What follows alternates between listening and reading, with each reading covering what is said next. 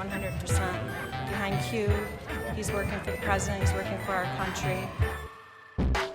Alien life, like pedophiles, and it just seeks to tie all of that together. Welcome, listeners, to episode 15 of the QAnon Anonymous podcast, the Guantanamo Bay episode. I'm your host, Jake. And I'm your co-host, Julian. We've got a great episode for you guys today. We're going to go walk through some of the QAnon theories surrounding Guantanamo Bay. And then, as a special treat, we are going to be joined by a special guest who has actually been to Guantanamo multiple times and will help you and me understand what's really happening over there. First, we're going to get into the Q drops regarding Guantanamo Bay, of which there are not many. I searched the QAnon. But wait, this is supposed to be the place where the fucking hangings happen, the military tribunals? Yes, it's interesting. Guantanamo Bay seems to be the end result of the culmination of the QAnon theory, and yet his drops, there's not a ton. He had one on February 11th in 2018 that said, United Airlines to Guantanamo Bay. What airline check-in counter at PVG T2 is located at E? What was the location of E? Pic posted on other board. Why is this relevant? Well, what's what? So I dug into this a little bit. PVG is Shanghai Pudong International Airport. Okay, I can only assume he's talking about airline check-in counter at P. I'm assuming he's talking about an airport here. I could be incorrect. So it turns out that a lot of Anons did some research online, and what they came up with is that United Airlines flies a plane to San Francisco out of gate E. So I have literally no idea what that means or how that San Francisco is on the opposite side of the country. Is on the opposite side of the country from Guantanamo Bay. So I don't know. A lot of guys seemingly felt like they put a ton of shit together by figuring out that there's a United Airlines flight that goes to San Francisco. I'm sure there's a better explanation for that than you, but you're not as good a white supremacist as the rest. Could not find the significance. So then there's the second one that talks about Guantanamo is from August 19th, 2018. And it says, cause in the kill box, divine subversion. The act of and then he goes into the Webster's English Dictionary. Dude, he loves definitions. The act of subverting, the state of being subverted, especially a systematic attempt to overthrow or undermine a government or political system by persons working secretly from within. Effect in the kill box. Quote, the United States seeks to impose tangible and significant consequences on those who commit serious human rights abuse or engage in corruption, as well as to protect the financial system of the United States from abuse by these same persons, end quote. Sounds like what the people who torture you say. Another quote, I therefore determine that serious human rights abuse and corruption around the world constitute an unusual and extraordinary threat to the national security, foreign policy, and economy of the United States. Wait, is this part of the Q drop? And I hereby declare a national emergency to deal with that threat. He doesn't get to declare shit. He's not elected. So this is from the Trump's executive order, essentially forcing all of America to have gay sex. That is sort of not reopening Guantanamo Bay, but sort of re-energizing it. He signed a executive order. Sailors. Right. He signed an executive order in, I believe it was around the end of August. That basically said that it was under the guise of, punishing human rights and human trafficking, abusers, and that somehow it feeds into the sort of continuation of Guantanamo Bay being open. And then he goes on to talk about a bunch of FBI personal removal and all of his typical shit. So anyways, so remember when Trump signed that crazy omnibus spending bill that freed up something like $700 billion for the military? No, I don't. So apparently, because all of the wonderful folks up on the Hill were so eager to get their greasy little nubs on $1.3 trillion in funds, they pushed this whole thing to Donnie while the ink was still drying on whatever shitty low-tier computer paper they've got over on Capitol Hill, meaning really that no one really knew what was in it. Sure, there was like $1 billion going towards the census, which the Dems were happy about, but there was was also $700 billion going towards our military. Hoorah. But according to legend, there was also hidden deep inside the bill funds allocated into upgrading Guantanamo Bay. And this included building a migrant camp that was capable of holding 15,000 people. Oh, wait.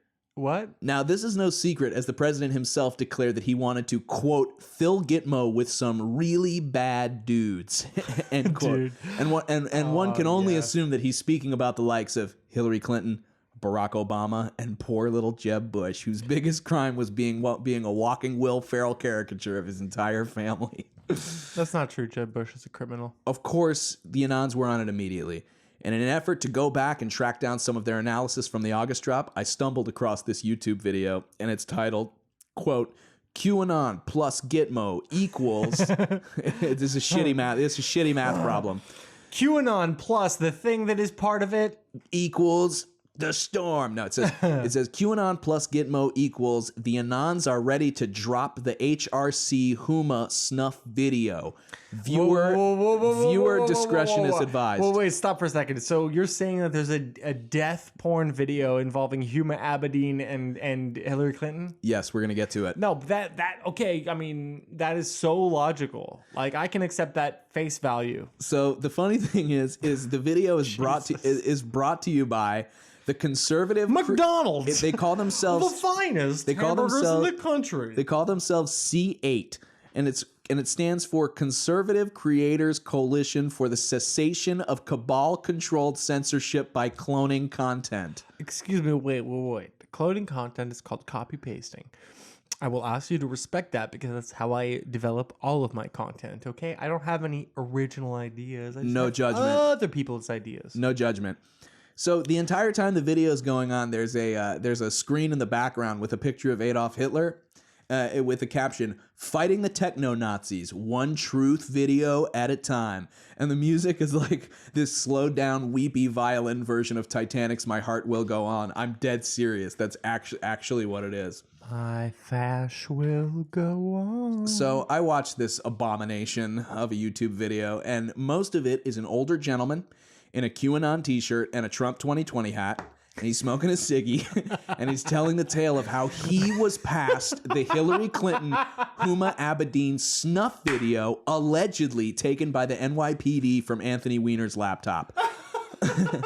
But what does this have to do with Gitmo, I ask? The video's kind of a dead end in terms of Gitmo stuff. The guy shows a pic of a mutilated child and claims that this is a picture from the Hillary snuff video, and I really hope that I don't get in any trouble for watching this on my home computer. Honestly, the most interesting part of the video is that he reveals that the Coronado Naval Base is in the shape of a swastika. And actually, I looked this up, and it is. It actually is kind of like a secret swastika. So anyways, my search continued. What I discovered is that it is incredibly difficult to find anything about this. Almost all the YouTube videos have been removed, and with the shutdown of all pro-QAnon boards, there's very little pro-Q analysis available on the World Wide Web. Anytime I Googled QAnon plus Guantanamo, the only thing that comes up are MSM articles talking about how insane QAnon is, which is fair. So sad. The basic gist, from what I understand, is that when Trump last December signed the executive order blocking the property of persons involved in serious human rights abuse or corruption, he essentially was paving the way to detain high-level cabal threats at the newly funded and reopened Guantanamo. Some journalists appeared to know more about this than others. A former Forbes writer, Benjamin Fulford, wrote on his blog in January 1st of this year, quote, "In a historic moment of poetic justice, most of the U.S.-based top perpetrators of the fake war on terror have now themselves been renditioned to the U.S. Navy camp in Guantanamo Bay, Cuba," Pentagon sources say. The Rothschild assets, George Soros, Peter Monk, Peter Sutherland, the Bushes, the Podestas, and many others may have been airlifted to Gitmo for military tribunals. So this was in January 1st of this year. As the Department of Defense spends $500 million to upgrade the prison and send more military police and Marines, the sources say, in one of many signs of just how historic the new American Revolution is. Quote, 30 congressmen will not be returning in the new year, the Pentagon sources say. CIA sources also confirm that former U.S. President Bill Clinton, hoping for a plea bargain, is spilling the beans on people like former CIA head John Brennan, top U.S. Mossad agent Rahm Emanuel. Oh my God. Does any of this check out, or The U.S. No, clearly Tony Podesta, the Podesta brothers, Soros, and Bill Clinton are not currently in Guantanamo, which is what this article is sort of supposing. okay? I'm just checking. Former Vice President Dick Cheney and many others. Now, if anybody deserves to be locked up, it's former Vice President Dick Cheney, I'll say. I would agree. Now, unless the cabal has come up with some very popular, very dark doppelganger spells, it's pretty safe to say that the folks mentioned above are indeed not currently in Guantanamo Bay.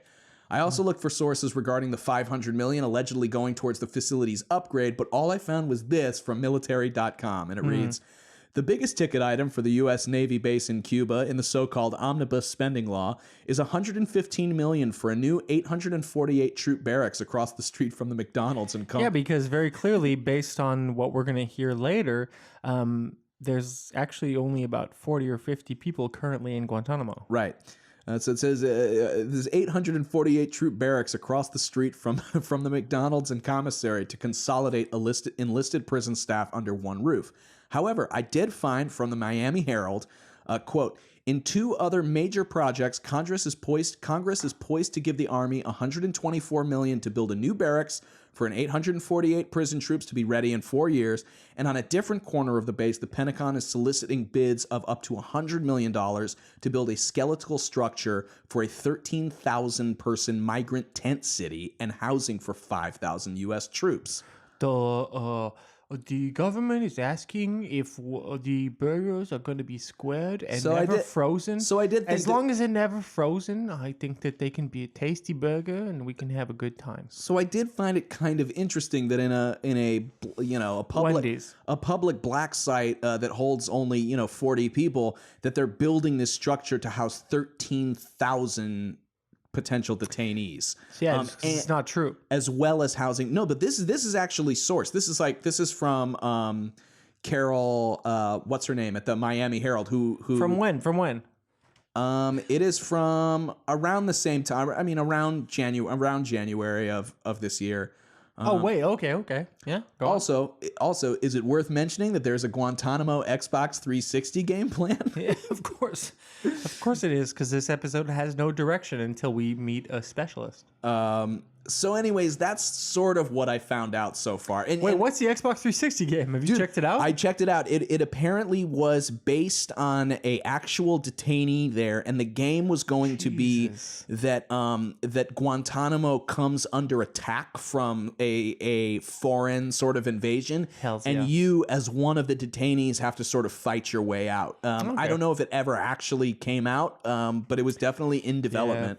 Yeah. I mean, either way, video games based on current human rights crises are pretty lame. Yeah, pretty lame in general. Sad and kind of like, But so the QAnon thing is that Guantanamo is going to be, that essentially all of this upgrading and money that they put into it and money that they funded through this omnibus bill was basically to prepare for the coming storm. That and if you look through all of the boards and stuff, many people on the Q side actually believe that people like John Podesta and Tony Podesta and are already in Guantanamo Bay, that essentially they were arrested months and months and months ago, but that the mainstream media is sort of keeping the public in the dark about their arrest because it looks which bad I think for we optics. can agree is crazy. Is absolutely crazy. I think that we know for sure. Well, actually, nobody has heard from Tony Podesta in quite a while. That's fine. Yeah, he's a fucking guy. His group closed once they came under scrutiny from the Mueller probe. Of course he was done. Why would he post more? He's not going to I mean, he fucked up. He's an idiot. The Podesta group closed down, and nobody's really heard from Tony Podesta. And one of the things that it constantly says in his drops is, where is Tony Podesta? Tony Podesta? Where? Almost as if to imply that he has already been arrested and he is already being tortured in Guantanamo Bay. You would think that a major sort of political player getting sent to Guantanamo Bay would be national news. The only thing that seems to support the QAnon theory is this influx of cash into Guantanamo, the building of this large sort of migrant tent city. You know, if there are 42,000 sealed indictments, you know, No, there's only 40 people in Guantanamo. Right, but That is 1,000 times less than what that is promised. But all I'm saying, I'm just pontificating. I'm saying that if you've got 42,000 sealed indictments that become unsealed based on the storm or whatever, it would make sense that you would want to build a gigantic migrant city within Guantanamo for all of the new residents to be like, hey man, what the fuck? Like, where are you currently sleeping? they're around 40 inmates, but they're aiming to be around hundreds of thousands. Yes. Okay, cool. yes, So I we're going to guess. be moving on. So for this second part, we're joined by Phoebe Leila Barghouty, a journalist for the Open Policing Project and the Computational Policy Lab at Stanford. Her documentaries are available on Nat Geo, CNN, Netflix, and Vice. Go watch them. Welcome to the show, Phoebe. Thank you. I'm excited to be here. Not as much as us. We were connected through Jake Hanrahan. Thank you so much to Jake Hanrahan and the Popular Front podcast. Really fantastic podcast if you're into war, and especially unofficial war and you know, the between the lines story. Yeah, and I'm always a big fan of other people named Jake. Actually, we were called on that. I think a few of our guests start with J, and you're J, I'm J, everyone's J. It's a disaster. I'm sure there's some sort of like 8chan relevance there. Part of our pay structure from George Soros. So, Phoebe, you know, we brought you on so that you could counter the absolute lack of knowledge that we have, you know, specifically Jake. So Phoebe, what is your personal history of Guantanamo Bay? When did you get interested in it? When did professionally you connect with the island? And what happened recently? Some sort of suspicious rejection of your approval to visit? Yeah, I'm calling it suspicious, and maybe some of my Nice. colleagues are too, but I guess that's up for debate. I mean, that's kind of a loaded question, right? Because as an Arab American, I think my first interest in Guantanamo probably happened like around 2002 when it opened and they were sending people there. Yeah. You know, we would joke back then and my parents would joke, but it was one of those things where it's like, oh man, like they're really just like picking people out willy-nilly and sending them down there. So I feel like it's been, people have asked me this before, and I kind of struggled to decide when I actually got interested in it as a topic to cover. And I feel like it's been one of those things that's just been so inherent to, you know, my history as a journalist and also just as an Arab American person that I really can't pinpoint it. Yeah, when it started. I mean, it's the most public, you know, kind of black site that totally. America has Exactly, had. yeah. It's tied in with the, you know, the Cuban Missile Crisis. It's tied in with so much of the history. I mean, it's kind of a fascinating location no matter what. It's in like pop culture, like there's the Harold and Kumar movie. There's so much Yeah, that right. like people joke about it a lot. So it's a little bit more, it's not like you have to know a lot about politics or about the war on terror to know No. what Guantanamo is. And I think that sort of makes it more something that you hear a lot about even if you're not a journalist. So obviously, like, you know, it's been a major point of conversation for a long time. I started actually working on it when I was at Vice several years ago, working under Jason Leopold, who he had previously done a lot of Gitmo stuff for Al Jazeera, and at Vice he kind of continued that coverage, and I worked with him on a few pieces that he sort of pioneered, primarily about, weirdly, PTSD in guards that worked at Guantanamo, which is not usually the perspective that I Interesting. cover. Yeah. Yeah, but that's not surprising either. Yeah, of course not. Yeah, and it is important. It's just one of those things where it's like, you know, there are several people that tell stories of military PTSD, and I don't feel personally like I need to be one of them. The base first opened in 1903, so it's actually been around for a crazy long time. And Wow, that's as crazy. such, it has, like any military base, a lot of, you know, staples that you would see anywhere, that you would see at like Fort Meade or Fort Hamilton, like a McDonald's, a grocery store, a gift shop, so you can get like booty shorts that say Guantanamo Bay on the butt. things like that where you're like, Really this is, though? That's yeah. available there? Wait, and there's a Yeah, McDonald's I there? have them. Yeah, there's a McDonald's. You have the There's- booty shorts and I do have you've the booty eaten a shorts. McDonald's hamburger. Yes, I have. I don't know if it was a hamburger or like a breakfast sandwich. I did my best to try all the restaurants on Guantanamo Bay because I did a piece about like migrant labor and food there. Yeah. But yeah, there's a McDonald's, and it's I wrote in one of my articles, it's like the only place in the world where you can eat a Big Mac like a few hundred feet from a torture site, which is crazy. So what was your favorite dish on Guantanamo Bay? I mean, what's Oh my God. What do you recommend if people are going to town? Like, are there any Yelp reviews? I think there actually are reviews. Like if you go on Google reviews, I think there are.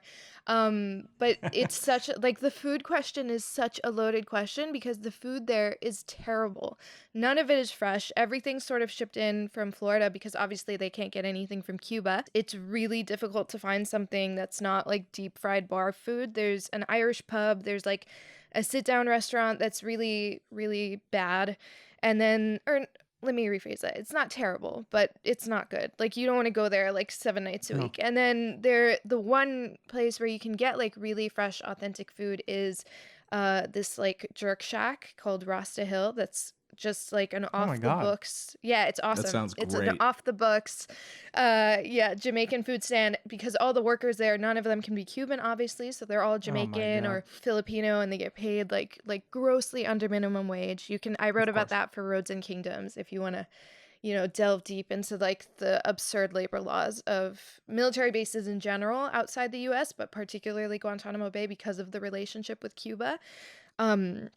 But yeah, so I really, to be honest, you can't recommend a place to eat because there are so few. You have to like ration where you're going to go each day. Otherwise, you're going to be repeating a lot of different places. There's a bowling alley that has a good like off-brand Chipotle. So that's like Fair. that's probably one of right. the fresher food places you can go to. Yeah. So That's fine. That's for the visitors. Something tells me the guests might not get the same menu. yeah. So it's so funny. I talked about that in that article that I wrote. I did have a really like quick interest in talking about the detainees' food. And it's actually like the one misconception that I think a lot of people have is that the way that detainees at Guantanamo Bay get treated now is vastly better than you would get treated at any prison in the United States. Like I'm sure you guys Right. know American prisons are terrible. Bad, They yeah. also vary in quality, like in really extreme ways, like not just from state to state, but from county to county and depending on Yeah, what your even offense is. between jail and prison. Exactly. And, Yeah. It's absurd. So the treatment in that sense, like in these very, very, almost meaningless but important infrastructural senses, like the treatment at Guantanamo Bay is better than a U.S. prison, but that's more a reflection on how we treat American prisoners than it is a reflection on the conditions at Guantanamo Bay. But Right. they get like very typical sort of prison meals. You were refused visitation to the island recently. What happened here? You're calling it suspicious? I'm not calling it suspicious, so to speak. I'm calling it convenient and of course. Yeah. She I got don't too know. close. And so the thing that happened was, so before each trip, depending on what you're going down for, I go down for the military commissions, which are the trials, or rather the pretrial hearings. So whatever reason you're going down to visit for, you have to fill out specific paperwork for, and they usually send you the notification like maybe a month or a couple weeks in advance, and it comes as an email. And I've been on this email list for like an extremely long time, and I didn't get the email this month, and I thought it was so weird, so I emailed them directly, and I was like, hey, I haven't gotten the email asking for my information to be put on the list, like what's the deal? And that was well before the deadline. And then they didn't respond until way after the deadline had passed. And then they were like, oh, sorry, the deadline has passed. Like, you can't go. We don't have space. And that's an absurd thing because the other thing about Gitmo is that nobody from the press goes down except for one woman who's been going down for like 17 years since Clinton had the whole demining thing in Cuba. Right. And then another reporter who's been going down since 2015. And those are the two people that always go down. And they have room for like 10 media, right? Which is like obviously a grossly small number, but like they totally have so much room. So to get the feedback too that, oh, we won't be able to fit you on the plane is just absolutely absurd. But in the end, I wasn't going to fight with them because one, I want to be able to continue to go for other things, and they've been known to be a little bit finicky and all that stuff. And I ended up getting another assignment that I had to do the same week anyway. So it was just like one of those things where, I had asked my colleagues, I was like, did you get the email? Like, am I like just going crazy? And they, like, some were like, yeah, we got the email. Some were like, no, the email was never sent out. And I have a lot of people there now who sort of have my back and were like, hey, what the heck happened? Why isn't she here? And, so it's just one of those things. There was also a turnover of staff because obviously it's military, right? So everything that happens, and all the quote unquote employees, but really service people, have whatever you want to call them, like they turn over every 9 months, right? So standard operating procedure changes every 9 months, which means that the entire population that is working at Gitmo turns over every 9 months? Yeah, so not at the same time every 9 months. So it's like a staggered thing. So each unit will have a different date in which they turn over. But yeah, like there's nobody that's been working there as long as Carol Rosenberg, who's the reporter for the Miami Herald that's been covering it for 17 years. She's the only person who's been consistently going there year after year. Everybody else, like whether it's the PAOs or like the military police or there's some like coasties that are just stationed there to do normal Coast Guard stuff. Whatever it is, their typical deployment is 9 months. And what that means is that everything runs extremely inefficiently. And, you of have... Of course, yeah. There's no knowledge. Exactly, right? When somebody learns what's happening and what's going on, they get sent away. So the moment somebody gets in their groove, they're kind of like, they're gone. And it's great for them because they don't have to keep working there, but it sucks for anyone trying to cover it because then nobody knows where the answers are, and it's just totally wildly fine. inefficient. You walk around with a hood on your head, you eat horrible food, it's stuffed down your throat if anything goes wrong, and on top of that, every 9 months everybody just shifts, so you can't build any relationships. This is not at all torture. It doesn't sound like torture to me. Well, it's crazy too because like you really realize how small a community is. When I was actually looking up to do research and stuff, most of the articles that came up were Carol Rosenberg. Yeah. Oh yeah. There's nobody that's done as much coverage as she has. She's there right now during this week that I was supposed to be there as well, and she like. The lawyers in all the cases will turn to her and be like, hey, what was the number for that motion? And, hey, nerd. Yeah. Hey, nerd, you still care about this shit, okay? We've been committing crimes here for fucking 17 years. You're still covering it, you fucking loser. Anyways, nerd, what's the quote, bitch? Yeah, like, that's exactly how it is, though. Like, word for word, that's how it goes down. Because, I don't know if they call her a bitch at the end. I'm going to take that back. To be honest, probably behind closed doors, because this is also a person that's been fighting for transparency and honesty the entire time. God. And it frustrates people a lot. So outdated. Oh, what is she from? I know. Like, how 60s? dare she, right? Ew, gross. God. I bet she's making so much money off this. That's why she's doing it. She's basically a millionaire. Yeah, I know. I love being a millionaire for exposing the truth. Wow, it's crazy. I wonder the best why, business plan in America. I wonder if the military has actually figured out that like, okay, like 9 months is about as long as we can keep our troops there before they start being like, hey guys, like, I don't know, like, I think this is kind of wrong. Like, maybe we should like not, do the things. You were mentioning the history of the island. So how did it come to be so controlled by the United States, so close to Cuba? And how did it become what today's Gitmo is? So it's not as sexy of a story, I think, as people want it to be.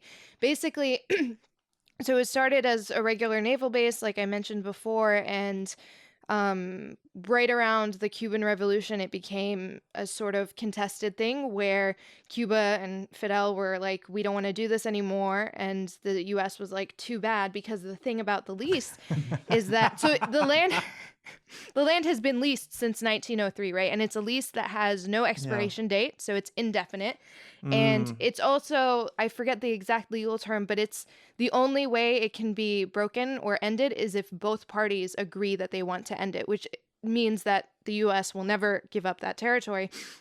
So it'll never, go back into or come out of U.S. occupation because the U.S. is never going to say, okay, fine, you can have it back. They could actually break any of these laws at any time, and the U.S. does all the time. Why are we not stopping with the ceremonial bullshit?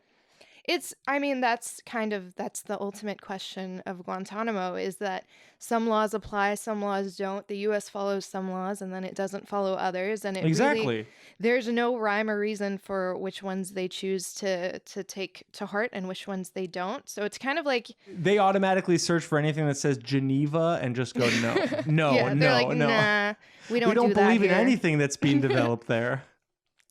Yeah, it's absolutely absurd, and it's kind of, it has a very Twilight Zone feel to it. But the funny thing is that even though it's been leased, since for over 100 years now, I guess, the check, like the rent is like $4,000 a year. I think it's somewhere around that number. Oh my It's God. very cheap.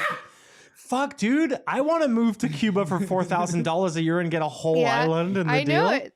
It's like a big, like it's the whole bay, right? So it's like it's a pretty big area, and not a lot of it is populated or being used that we know of course. Does that come with like a personal stash of cocaine and maybe some extra territories? Because I'm looking at this as a real good business move. Yeah. Yeah, I mean it's a lot of good real estate, a lot of nice beaches, which are the only place that visitors can go without an escort, which is nice. Yeah, it's also the best place to do cocaine on the beaches. So Yeah. coincidence. And and they're also really big on scuba diving. So like all the soldiers and the coasties that come through, because there's nothing else to do, they all get their scuba license and go scuba diving. But it is legitimately beautiful. Like that area has the most transparent oceans, and you can see fish that don't care that you were seconds ago torturing a person. Yeah, no, fish don't see colors Fish are of just torture. as beautiful under your eyes, whether or not you're a criminal in the eyes of the international court. It doesn't matter. But the funny thing too is that since the Cuban Revolution, Cuba has allegedly not cashed any of the American rent checks that have been sent to them, except one single time, which supposedly was a mistake, like a clerical error was made, and the check was cashed. But Fidel was like, I just need some pot tonight. Like, I need this $3,000 as the leader of an entire nation. I just need some like fucking outdoor grown weed. And like, this guy's got a good price on a pound. And what am I supposed to do? That's weird. So it's like kind of like a gentleman's agreement that they're like, we'll send you these checks. But like, because we kind of do our dirty business there. There's like, not a single international law, by the way, that isn't a gentleman's agreement. That is the exact problem with law. Everything's basically the honor true. code, and nobody has any sort of honor. Yeah. It turns out honor is just a certain dollar amount on your head, and that's it. Hey, I'm done. Wow, that's fascinating. Yeah, it is. It's really funny. So we're progressing towards the United States declaring this a proper place that we can torture the terrorists. Exactly. So after 9/11, when Congress issued the authorization for the use of military force, which basically gave America the right to do whatever they wanted anywhere in the world where they suspect there's any kind of relationship to terrorism, specifically to 9/11. After that, obviously, they started like rounding people up, and they needed a place to put the people. And I'm told that it was between Guam and Cuba that they were going to do these. So it was obviously going to be on a military base. It obviously couldn't be on U.S. soil because they're breaking all these international human rights laws. But it could have been Guantanamo. Yeah, exactly. Like, we really missed an opportunity there. Imagine the cultural zeitgeist, how different it would be if it was Guam instead of Guantanamo. America would think so differently because they totally know the difference between Cuba and Guam, and they understand anything except the like 3 states surrounding their own state. Well, and it just shows the lack of imagination in the higher ups in the military. They could have had so much fun with Guantanamo, and they swear, totally fucking bombed the amount of times they've invaded a country based on a typo must be in the 12, 13. Oh, for sure. I mean, Whoops. they've kept people in Gitmo based on like mistakes, so it's kind of Oh yeah, for sure. What else can you expect? We typed his name wrong. I mean, it was like Muhammad instead of Mohammed. Turns out he's just a family man instead of someone who's been plotting against us for 12 years. Doesn't really matter. We've been feeding him his meals for the last 5 years Right. through his throat. And then journalists are like, okay, are you going to let him go? And they're like, oh, man. I'm sorry, but it's been too late. we you know? would. Yeah, like looking back. Hey, guys, you want to focus on the past or on the future? Because we're trying to create jobs here. And it's just like, you know what? He's been here for so long. He's used to Yeah. it. It's better for him for us to. Is he even human? You know, I think you lose your human rights if you're locked up for 20 years. No, you totally do. Pinochet showed the way for us there. But yeah, so please go on. Yeah, so it was opened in 2002, thanks to Bush, obviously, and it was in direct response, and it's been open ever since, obviously, and it's sort of the population has really, it's pretty much just like, obviously there was a huge spike when everybody got transferred there, but since then it's gone down a lot. Like it used to have 700 something, and now we're at an even 40 of people who are still Where do there. they get moved? That is like the majority of the prison. It's almost empty now. So where did they get moved to? The majority of them got transferred out before 2009, so before Obama took office. So it's actually really funny because he was the one who swore that he would close it, and Yeah. even all the transfers happened mostly under Bush and not under him. But it really depends. Like it depends on who the person was and what they were in for, so to speak. But a lot of them were either sent to other prisons. So the transfer that happened most recently, which was when I was there a couple months ago, was somebody who had, reached a settlement with the war court, and he got sent, I think, to Saudi Arabia as a result, so that he could be closer to his family and all that. I mean, there's no way that he would get better treatment in Saudi Arabia than he was getting in Cuba, which is sad, but, Especially if they're concerned that he said anything while he was in Guantanamo. exactly. Like, It turns out that in Exactly. Guantanamo, he was going to have both his arms removed by a bone saw, but in Saudi Arabia, they said they would only remove one of the arms. And so he was very excited to move to that country. Unfortunately, they removed every single limb with the bone saw in the end. And the But, head. you live, you learn.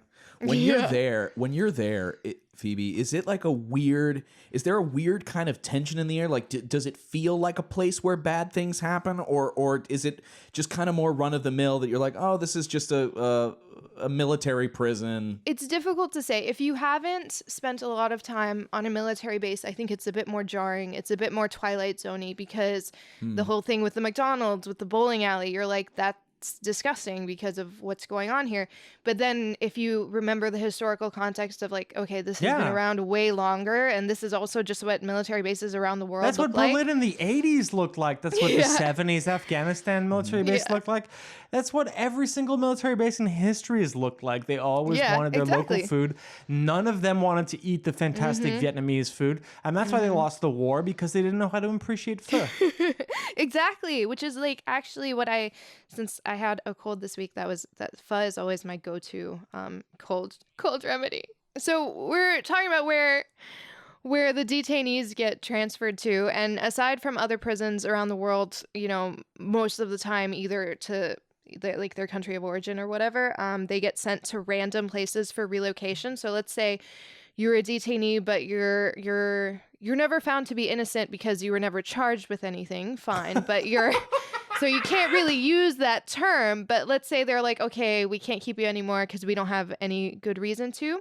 They get sent to places in the middle of nowhere, like they're in Uruguay, in Kazakhstan. You're not innocent, but you're not guilty. So we're gonna ship you to like another hole in the middle of nowhere where Exactly. we like really got to figure out.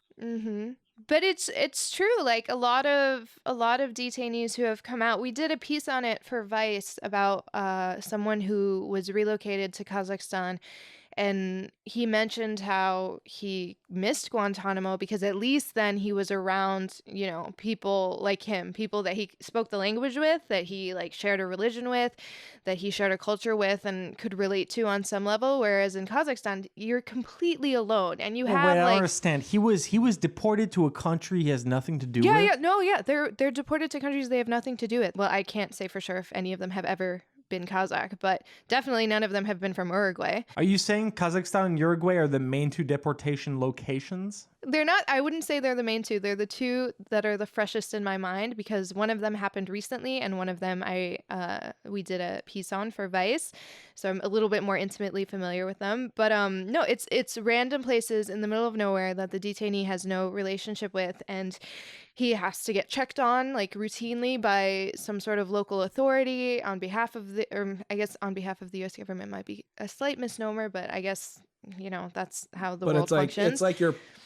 It's like a universal parole officer essentially. Yeah, it's like exactly. We'll send you to the middle of nowhere that you've got no place to do with, and you check in with one of our guys to make sure that you're not doing any of the terrorist shit that we couldn't prove your guilt for. Exactly. No, it's exactly like that. It's an absurd, that is like so fucked up. Like it's dark, man.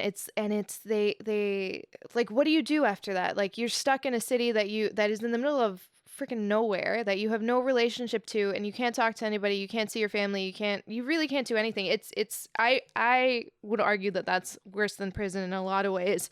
And that, just like how I was saying, like the big misconception about Guantanamo is that, it's almost not Stockholm syndrome per se, but it's a situation where now they've been there for so long, and the ones who have been there, and several people who have been transferred were there for so long, and they were treated a certain way, right? Yeah, you're tortured a lot for sure, right? And hey, please, man, stop bringing it up. Hey, things are bad, but at the same time, like some of the low value detainees, like they can play soccer with each other, and they can watch TV and play video games.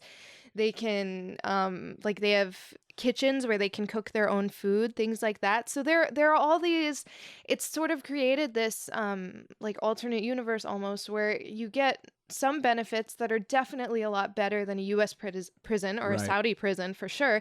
But on the flip side, it's kind of like you're stuck like that forever. So you're kind of having to play this choose your own adventure in how you end up dying. And it's it's also very possible that you don't have anything to do with any of this, and that you're just there for no reason. Oh yeah, and you can't get yourself out of it because of your name and your race and religion. Mm-hmm. It's so weird because it's like, yeah, you get nicer treatment because we tortured you for like, I feel like prisoners who get tortured, they're like, hey man, like you made it through, your like bed is better, we know this shit sucks, so like you can cook your own food, and it's almost like this trade-off that your punishment is so much worse. The other thing I was gonna ask, hey, we zapped your testicles last week, this week you get chili. But halal chili. The other thing I was going to ask is, so when they ship detainees off to these other places, is it under the guise of, well, like you're, potentially people know that you were in Guantanamo, and so this is for your own safety. It's like a bullshit like witness protection program. Yeah, what do they tell them? Like, why the fuck are they sending someone from Kazakhstan to Kazakhstan? You're like, wait a minute, I'm not guilty, but I'm not going home, but I'm like I'm getting out of prison, but like going into another one. You keep calling me Borat, but I'm not funny, but you keep saying Kazakhstan. Yeah. I mean, no, I think that's a huge part of it, is that, so the sort of stigma with Guantanamo Bay, especially in the Middle East, is it's strong enough that even the interpreters that work in the courts their names aren't shared just so that their families back Holy east shit. don't find out, right? So it like the Guantanamo-ness of it is definitely a factor, right? So in the Arab world, this place is seen as just an absolute shame and war crime. In the across the entire world, it's seen that way. Like there's no I don't understand why. Right? Doesn't it just seem like a 5-star resort based on what I've said about? Well, you said there's the McDonald's, food and the bowling alley. Why And do the you beaches. think? That's horrifying. Why do you guys think? And this is really for both of you. This is a question with no answer. It's like the United States could totally do all of this shit at a black site that nobody knows about. Why have this sort of public face?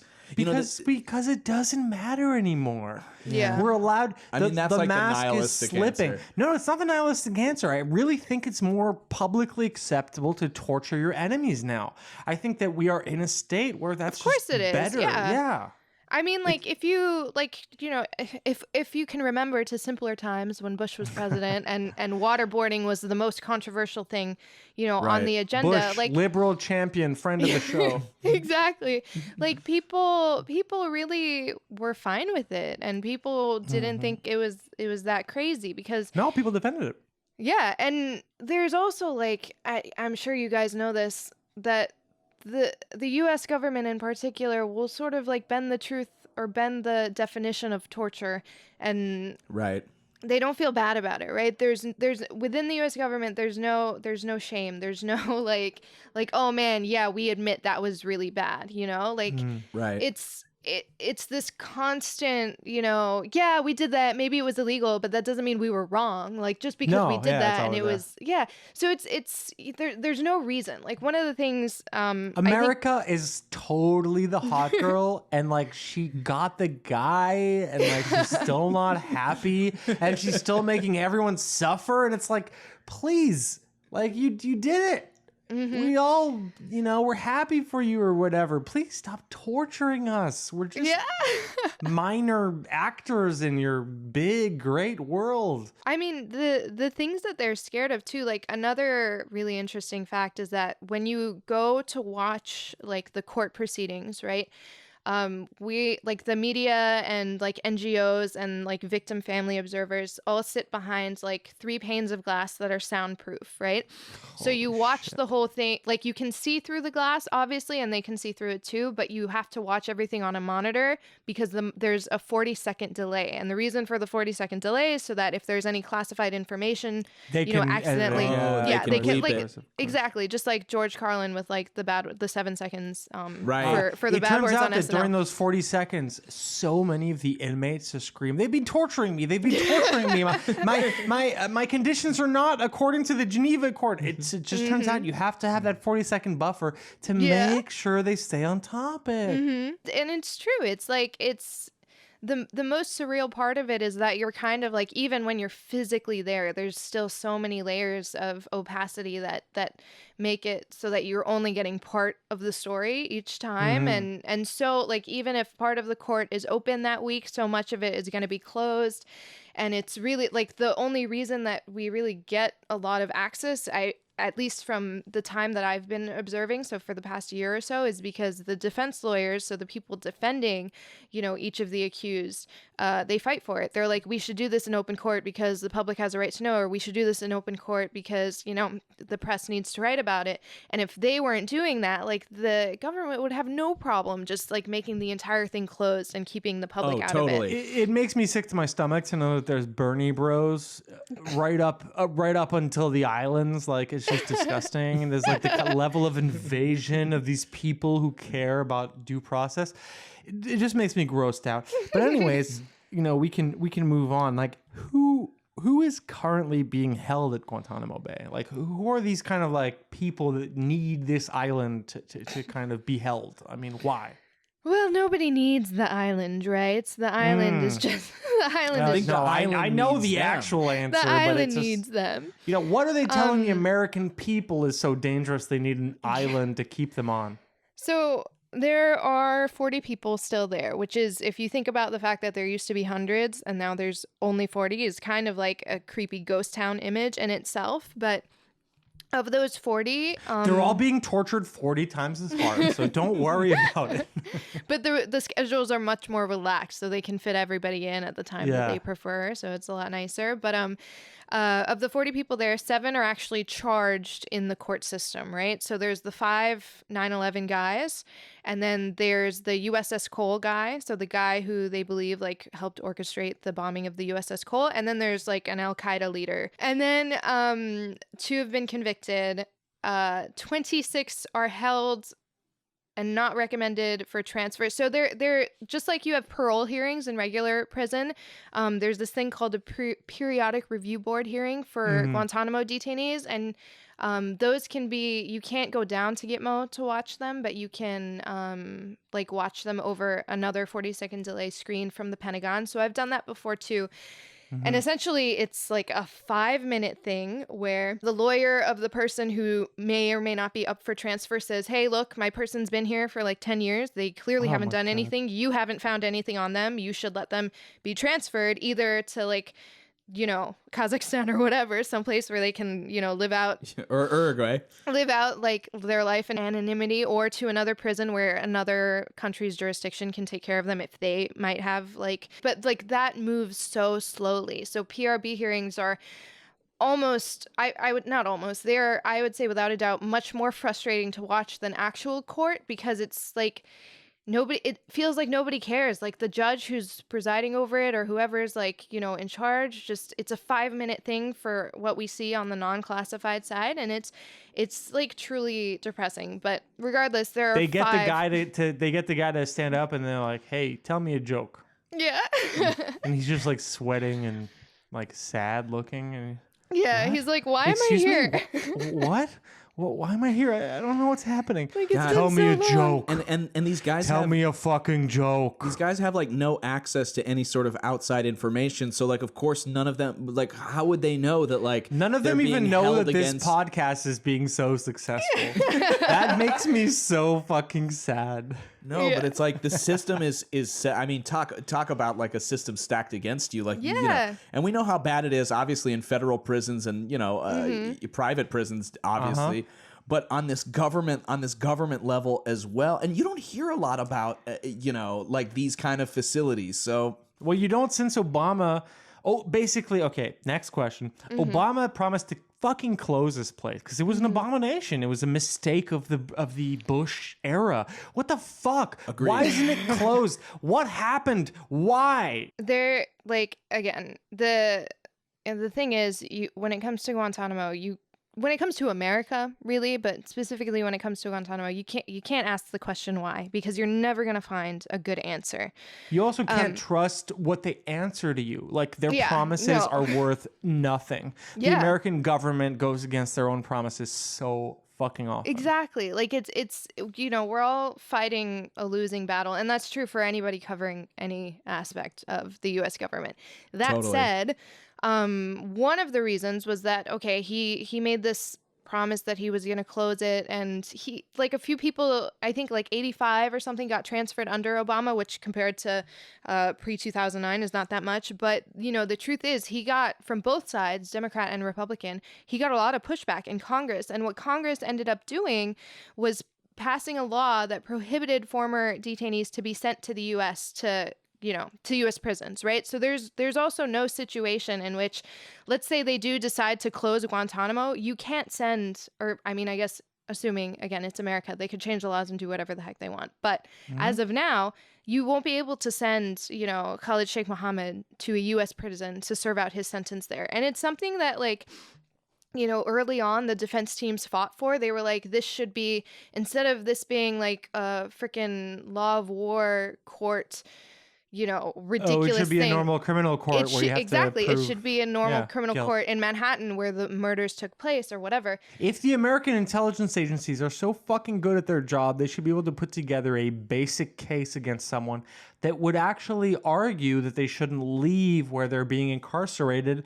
And we wouldn't have this problem, because I don't think anybody is like, hey, we think terrorists are fine. The United States is overreacting. Right. But they're applying this method to everybody. It's not based then they're like, on real information. yeah, man, we found your passport in the rubble. Yeah. So Hey, when you crashed your plane, it turns out your amazing black box passport was still untouched. We don't know why. untouched, but we got it, bro, and it's definitely you. So like, I'm sorry, we're gonna have to cut to advertising. Jake is currently dressed in a full frog suit.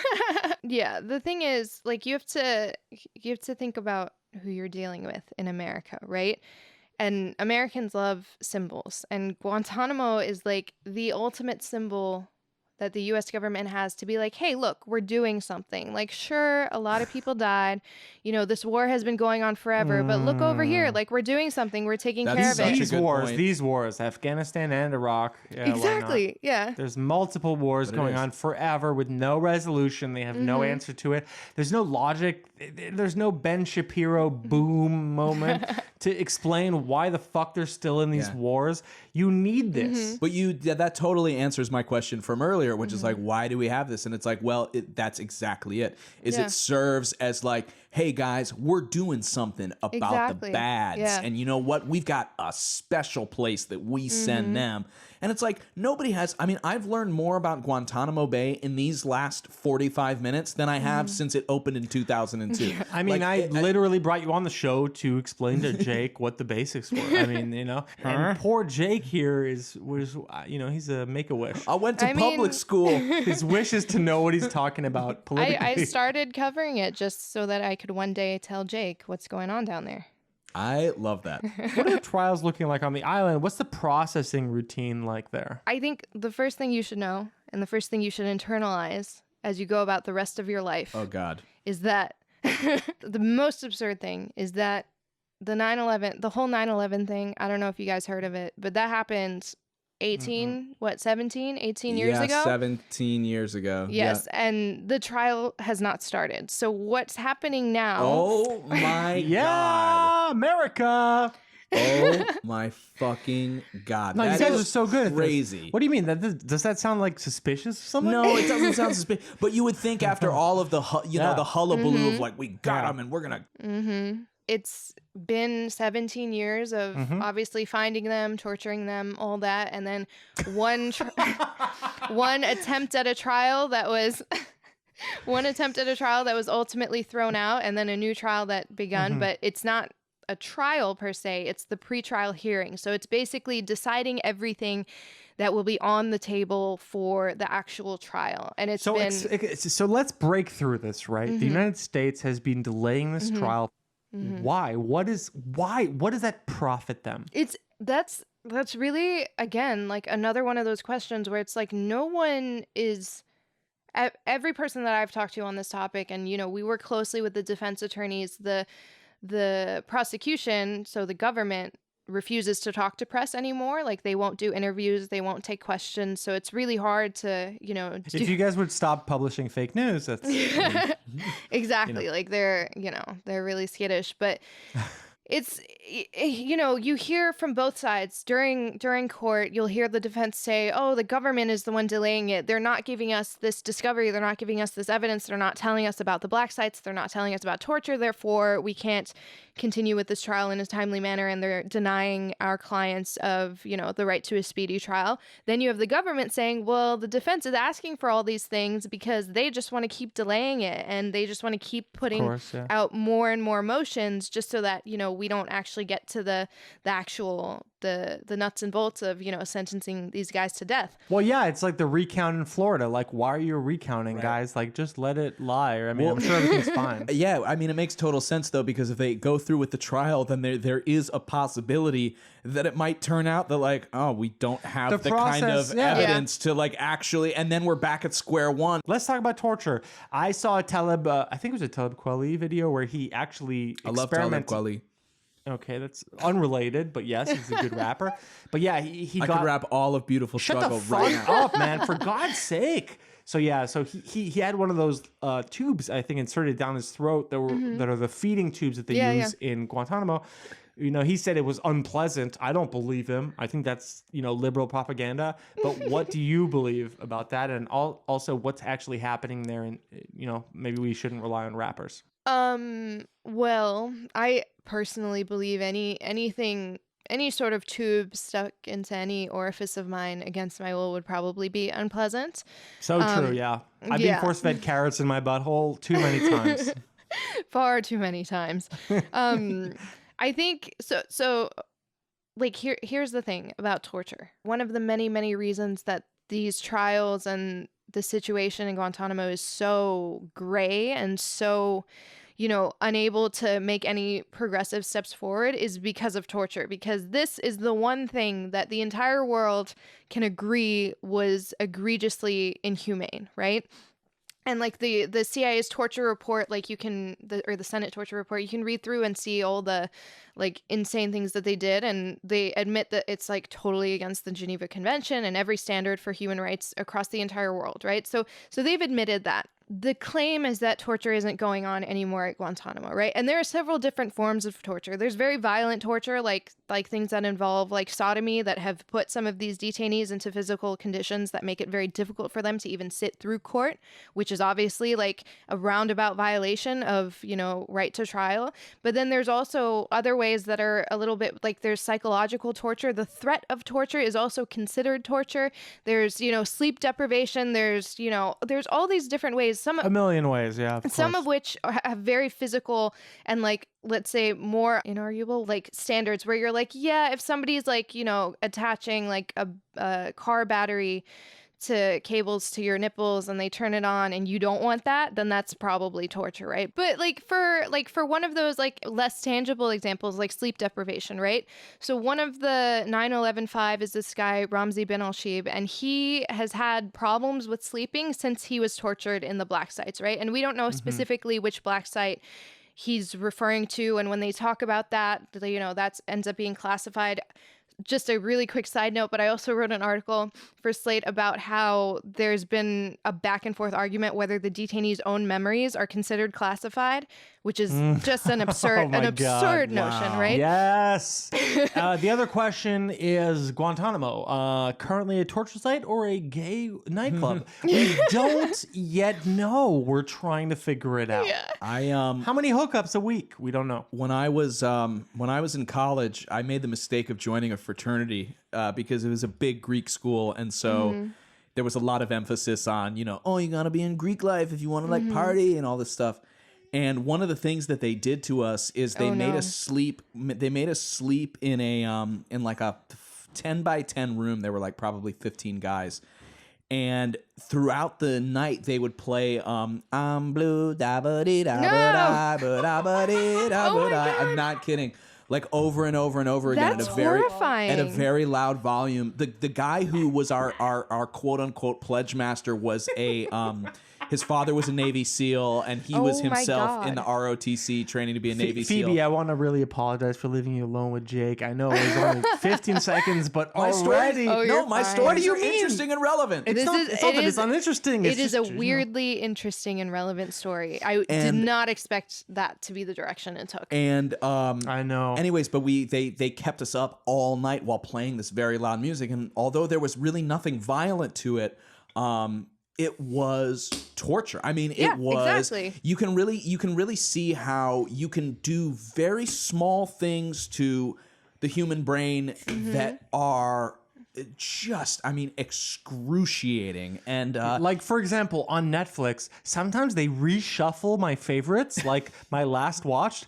Not okay? I'm trying to fucking resume from the place I last watched, and I'm not looking forward to you recommending a show based on something I mistakenly clicked on 8 months ago. This is so very true, much though. related. That really is torture. yeah, that is. Thank you so much. Thank you so much for... But the thing is, like, so let's say you've gone through this slightly less physical and slightly less visceral version of torture.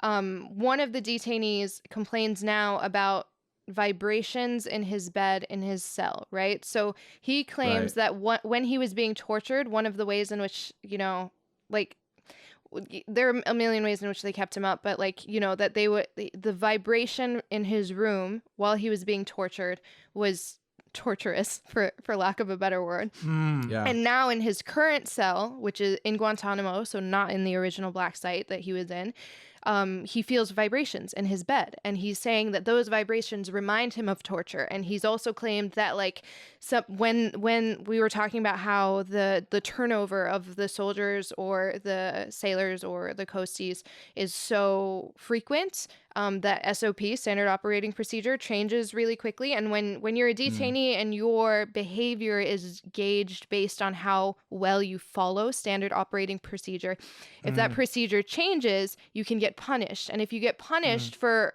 and you don't know why, because you're just following what was established as for 9 months. Yeah, exactly. Right. And you get put into solitary, and there are very like in a place like Gitmo, there are levels of the types of solitary confinement that you would go in. Like if you're being punished, like it's going to be much worse, and all you're going to be in this empty room with nothing but not even a bed, just a really thin like yoga mat type thing to sleep on. And one of these detainees was complaining about the vibration so much, and to the point where, the guards got agitated, and then the guards were threatening torture to him, and then he got put into solitary. So things like that still happen. And there is an argument to be made that qualifies as torture if there are threats and if there is like that verbal abuse, right? It's hard to say though, and it really depends on how much you trust the US government. There's an academic that has written a lot about torture at Guantanamo Bay and torture in general named Lisa Hajar.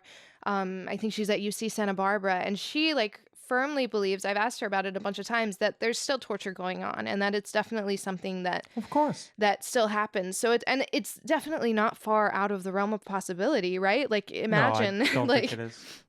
like Yeah, it's what just Based Nobody on knows. history, it makes perfect sense. exactly. Yeah, it's based on history, and like I said, they're it's something that happens at frat houses across the US. So who's to say that the military won't do it? So why the fuck did Obama not shut this down? I mean, why did Obama not do the thing we all wanted him to do? He and shut this can't, because down? Obama made a lot of promises that he did not keep, right? Guantanamo is one of many, many, many, right? Okay, got lost in the shuffle. Yeah, like he got lost in the shuffle, but also like he's coming up against a Congress that doesn't want to shut it down. He's coming up against a course. public that is still like has these raw wounds that don't want to shut it down. And it, when you're the president of the United States, you got to pick your battles. You're not gonna win them all, and you're Yeah, especially Trump certainly shows that. You can't just fight on like 18 different fronts and win everything.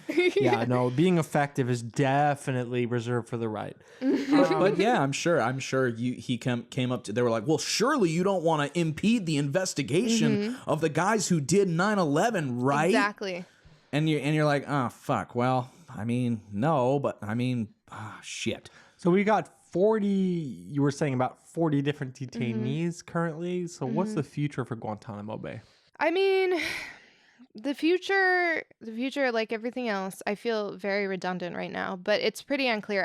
I don't think there's a chance that it's going to be closed anytime soon, personally, right? Based on Right. based Well, on my Trump just reporting.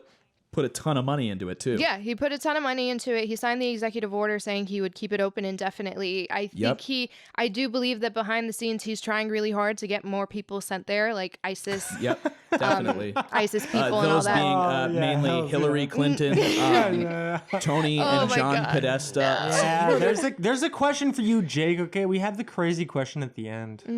The ironic thing is that under Trump, we've lost not lost, that sounds like he died. We've gone from 41 to 40 detainees. So, if nothing else, we can take solace in the fact that Trump hasn't delivered on the promise of filling up Guantanamo with bad dudes, and actually there's been I know. one less person. And the thing is, like, this trial has like spanned like much longer than Trump's political career has and will, and it will continue inevitably much longer than his political career. So I think it's less, and the question of Guantanamo is less an issue of intent, and I mean that from all parties, and more an issue of like just like bureaucracy. Like it's just not going to political happen. management, Yeah, right? I like- mean, they're just all trying to like not make their name too associated with it. At this point, no one wants to really politically interact with Guantanamo because it has no value. Yeah, it's like publicly.